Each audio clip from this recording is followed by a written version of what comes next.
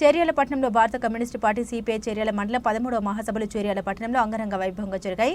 పట్టణంలోని హనుమాన్ టెంపుల్ నుండి CPI party వివిధ అనుబంధ సంఘాల నాయకులు ర్యాలీగా బయలుదేరి షాదీఖానా ఫంక్షన్ హాల్ వరకు కొనసాగిన అనంతరం జరిగిన సభకు రైతు సంఘం జిల్లా కార్యవర్గ సభ్యులు కత్తుల భాస్కర్ రెడ్డి, అరిగే కావ్య అధ్యక్షతన సిద్దిపేట జిల్లా కార్యదర్శి మంద పవన్, జిల్లా కార్యవర్గ సభ్యులు అందరూ అశోక్ ముఖ్య అతిథులుగా పాల్గొన్నారు.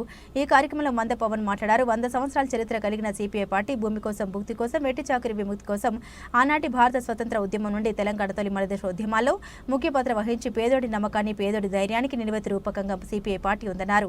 అందే అశోక్ మాట్లాడుతూ చేర్యాల ప్రాంతంలో జరిగిన అనేక ప్రజా సమస్యలపై, రాజకీయ నాయకులు చేసిన అవినీతి పనులపై, సామాన్య ప్రజలు సాగు ప్రజా సంక్షేమ పథకాల పంపకాల విషయంలో, పేదవారికి ఇళ్ల పట్టాల పంపిణీ, డబుల్ బెడ్రూమ్, కొత్త పెన్షన్లు ఇలా అనేక విషయాల్లో అధికారులతో, నాయకులతో కొట్లాడి పేద ప్రజలకు మేలు చేశామన్నారు. ఈ కార్యక్రమంలో సిపిఐ జిల్లా కార్యవర్గ సభ్యులు అందే అశోక్, పొన్నపోయిన మమత, కత్తుల భాస్కర్ రెడ్డి, జంగిలి యాదగిరి, కుడిక్యాల వలపోజు, నరసింహాచారి, అరిగే కావ్య, ఈరి భూమయ్య తదితరులు పాల్గొన్నారు. బీజేపీ ప్రభుత్వం ఆపరేషన్ తగార్ పేరుతోటి కేంద్ర హోంశాఖ మంత్రి అమిత్ షా గారు ఈ దేశంలో మావోయిస్టులను ఏరివేస్తాం 2026 మార్చి చివరికల్లా అని చెప్పి ప్రకటిస్తా ఉన్నాడు. మరో పక్కనేమో శాంతి చర్చలు జరపండి, మేము కాల్పుల విరమణ ప్రకటిస్తున్నామని చెప్పి మావోయిస్టులు ఒక పక్క ప్రకటన చేశారు.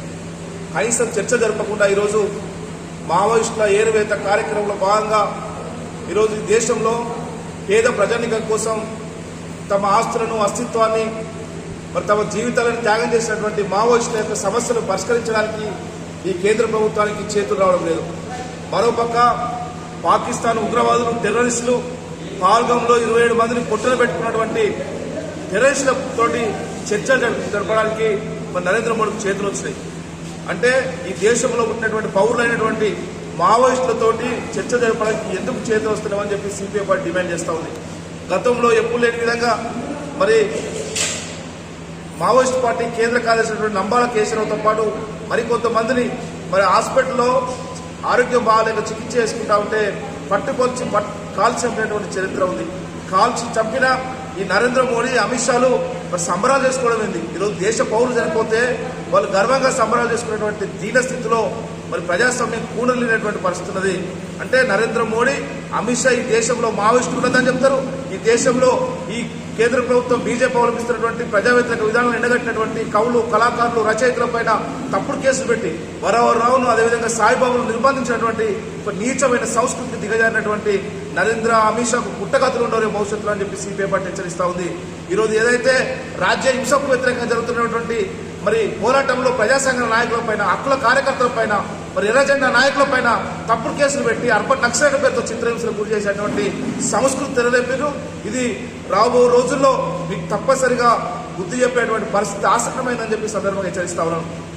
అమిత్ షా చెప్తాడు, ఒక నరాంతకుడు ఈ కేంద్ర హోంశాఖ మంత్రి అవడం దేశ ప్రజల యొక్క మరి దురదృష్టకరం అని చెప్పి సందర్భంగా గుర్తు చేస్తారు. ఎందుకంటే మరి అక్కడ గోత్ర అల్లర్లో మరి ప్రధాన నిర్దోషిగా ఉన్నటువంటి వ్యక్తి ఈరోజు దేశానికి హోంమంత్రి అయినటువంటి పరిస్థితి. అంటే ఇద్దరు, గుజరాత్ నరేంద్ర మోడీ, అమిత్ షా ఇద్దరు కలిసి ఈరోజు పౌరులను చంపేటువంటి హక్కులు ఎవరు ఇచ్చారని చెప్పి సిపిఐ పార్టీ అడుగుతా ఉంది. అంటే ఈరోజు మావోయిస్టులు ఏదో అని చెప్తారు. రేపు రాబో రోజుల్లో ఎర్రజెండా కమ్యూనిస్టులు ఈ దేశంలో ఉండకూడదంటారు. దాని తర్వాత ఈ దేశంలో ముస్లింలు ఉండకూడదంటారు. దాని తర్వాత